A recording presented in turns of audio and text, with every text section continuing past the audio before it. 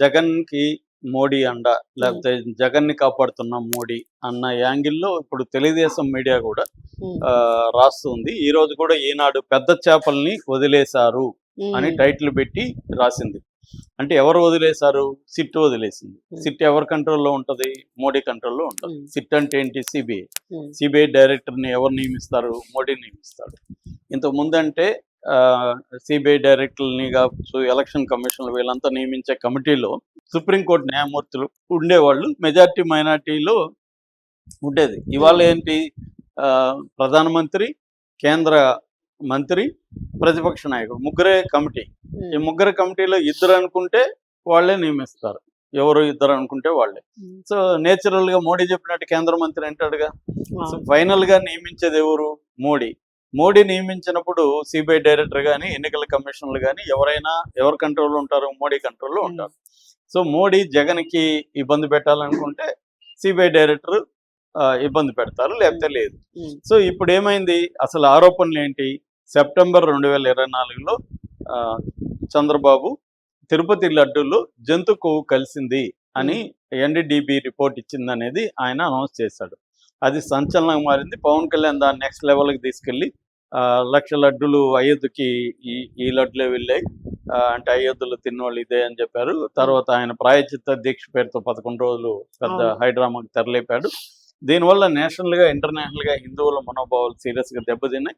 ఈ చివరికి అప్పటి చైర్మన్గా ఉన్న వైవి సుబ్బారెడ్డి సుప్రీంకోర్టుకి వెళ్ళి ఇది కావాలనే దుష్ప్రచారం చేస్తున్నారు, మీరు దీని మీద విచారించండి, సిబిఐకి ఇవ్వండి అని ఆయన అడిగాడు. అట్లాగే సుబ్రహ్మణ్య స్వామి చాలా మంది పిలిచేశారు. దీని మీద సుప్రీంకోర్టు అక్టోబర్లో విచారించి దేవుణ్ణి రాజకీయాల్లోకి లాక్కండి, విచారణ లేకుండా, అంటే వేరే లడ్డుని వేరే ల్యాబులకి ఇవ్వకుండా, ఎందుకంటే ఎన్డీడీబీ ఇచ్చిన రిపోర్ట్లో కూడా డిస్క్లైమర్, అంటే ఇది జంతువు ఫ్యాట్ అనేది కావాలనే కలిపి ఉండకపోవచ్చు, ప్రాసెస్లో కూడా యాడ్ అవ్వచ్చు, ఆ ఛాన్సెస్ ఉంది అనేది వాళ్ళు చెప్పారు. ఆ డిస్క్లైమర్ వేసుకున్నారు. కాబట్టి వేరే దాంట్లో ఎప్పుడైనా అలాంటిది వచ్చినప్పుడు ఇంకో 2-3 వాటిలో దాన్ని టెస్ట్ చేయాలి. అది చేయలేదు, చేయకుండానే ఇలాగా చెప్పడం కరెక్ట్ కాదని సుప్రీంకోర్టు చెప్పింది. దాంతో సుప్రీంకోర్టే సిట్కి చెప్పింది, సిట్ని ఆదేశించింది. సిట్లో సిబిఐ డైరెక్టర్ ఆధ్వర్యంలో నడవాలి. సిబిఐ నుంచి 2 ఉంటారు. టెక్నికల్ బోర్డు నుంచి ఫుడ్ అథారిటీ ఆఫ్ ఇండియా ఉంది, దాని నుంచి 1 ఉంటారు. ఆంధ్రప్రదేశ్ స్టేట్ పోలీస్ నుంచి 2 ఉంటారు. అంతకుముందే సిట్ ఆంధ్రప్రదేశ్ పోలీసులతో వేశాడు చంద్రబాబు, దాన్ని పక్కన పెట్టేసింది సుప్రీంకోర్టు. సో ఈ 5 మందితో కూడిన సిట్ 16 నెలల పాటు దీని మీద విచారణ జరిపి ఇప్పుడు ఒక ఛార్జ్షీట్ పెట్టింది. నెల్లూరులో ఉండే ఏసీబీ కోర్టులో ఛార్జ్షీట్ ఇచ్చింది. ఈ ఛార్జ్షీట్లో క్లియర్గా సిట్ చెప్పింది అంటే జంతు కొవ్వులు ఏం కలవలేదు, కానీ ఇది 100% కల్తీ నెయ్యి. ఈ నెయ్యిలో అసలు పాల నుంచి తయారైంది లేదు, అసలు నెయ్యే లేదు. కంప్లీట్గా సింథటిక్ ఫార్మోలిన్ అండ్ ఇంకేదో గ్రోవర్ ఏదో ఉంది, ఆ ఆయిల్ 2 ఆయిల్స్ కలిసాయి.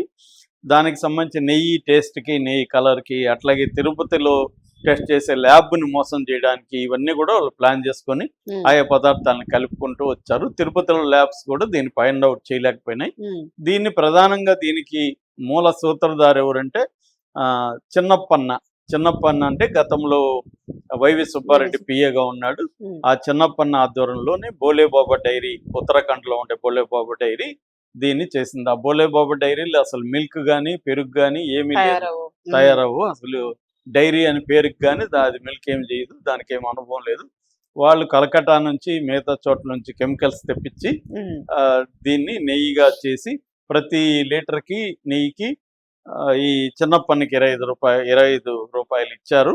ఓవరాల్గా 234,51,00,000 దీంట్లో మిస్యూజ్ అయినాయి. 59,71,71,000 కిలోలు, అంటే 60 లక్షలు వేసుకున్నాం, 60 లక్షల కిలోలు నెయ్యి దీంట్లో యూజ్ చేశారు. 20 కోట్ల లడ్డులు తయారు చేశారు ఈ 5 ఏళ్లలో. వైసీపీ ఉన్న 2019 నుంచి 24 5 ఏళ్లలో 20 కోట్ల లడ్డులు జనాలకి వెళ్ళిపోయినాయి. ఉమ్. అంటే 20 కోట్ల మంది తినుంటారు, ఇంకా ఎక్కువ ఇంకా మంది ఎక్కువ కూడా తినుంటారు, పంచుతాం కదా పంచుతారు size. కాబట్టి. సో ఇది వాళ్ళు చెప్పింది. అంటే వార్షిక బడ్జెట్ 5,000 కోట్లు అయితే ఉమ్, అందులో 750 కోట్లు ప్రసాదాలకి ఈ కొనుగోలు కోసం టీటీడీ వాడుతుంది. ఉమ్, అందులో 234 కోట్లు దీంట్లో మిస్యూజ్ అయింది అనేది చెప్పారు. ఉమ్, ఇప్పుడు దీంట్లో అప్పటి TTD board chairman YV Subba Reddy, ఆయన పేరే లేదు. ఉమ్, అంటే బోర్డుకు తెలియకుండా ఇంత పెద్ద కుంభకోణం జరిగిందా, ఉమ్,